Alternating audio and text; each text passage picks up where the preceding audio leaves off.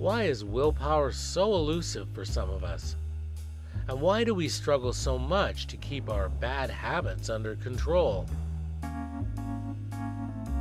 We challenged 3 people to break their bad habits. We followed them for 6 weeks so we could find out what works and what doesn't.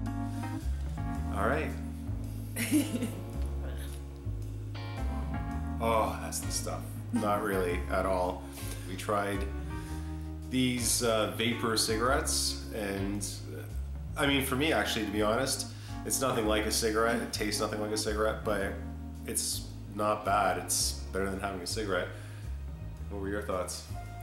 It's not the same at all. First of all, it's a cigarette on steroids and doesn't feel right, and actually it just makes you want to go out and buy a pack of smokes to prove it wrong.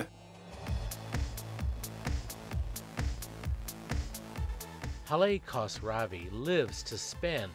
Yeah. Oh, this is awesome. A Toronto fashion blogger and a self-confessed shopaholic, Oh, the I smoking want to try jacket. this one on. her favorite haunts include this vintage clothing store. Okay, so your total is $288.50. Debit, please.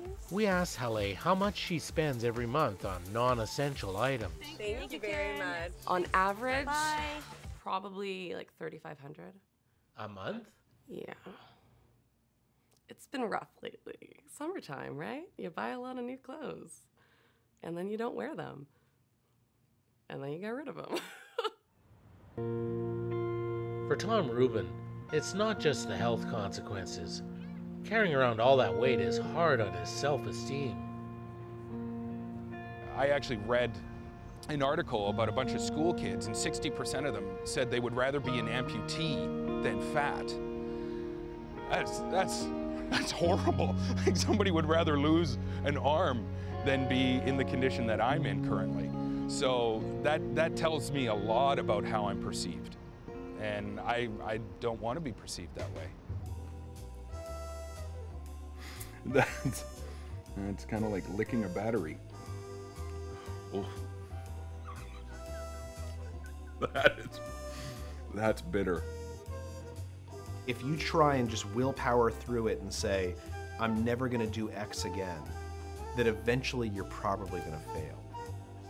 But if you replace that habit, if you find a new behavior that corresponds to the old cue and delivers something similar to the old reward, then it's much, much easier and much more likely, according to studies, for that new behavior to take root.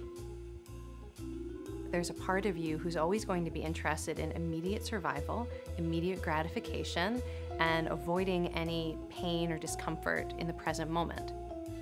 And that part of you is going to make very different choices than the part of you who really thinks about long-term goals, your core values, and takes a kind of bigger picture view on your life.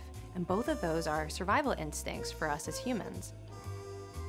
And it's totally normal and human to find ourselves pulled between those two versions of ourselves.